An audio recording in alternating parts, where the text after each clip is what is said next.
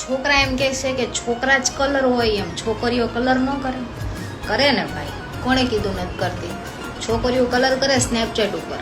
તમને આમ લાગે બહુ ભોળીઓ અને સીધીઓ કે નહીં બહુ સીધી છે, એ છોકરીઓ છે ને કોઈ લીસું લાયક નહીં કરે.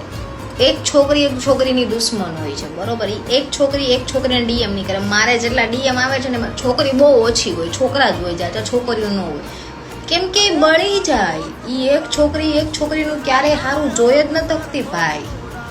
છોકરીઓના લુકનો કલર જોવો હોય ને તો રેડ લિપસ્ટિક, એક પગે દોરો બાંધેલો હોય છે, નેરો પેન્ટ પહેર્યું છે, ટૂંકું ટી શર્ટ પહેર્યું છે, ખબર ન પડે ગમે એ પહેરી લીધું હોય, બરોબર? એટલે આમ કલર કહેવાય એને.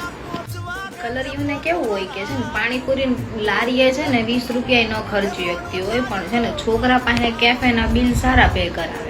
મારે ફ્રેન્ડો એટલે જ નથી, કેમ કે આપણે છે ને આપણી પીઠ પાછળ કોઈ વાતું કરે ને એ ન ગમે. આપણી પીઠ પાછળ એ નહીં કરવાની ને મારે સામે નહીં કરવાની, મારી વાત જ નહીં કરવાની.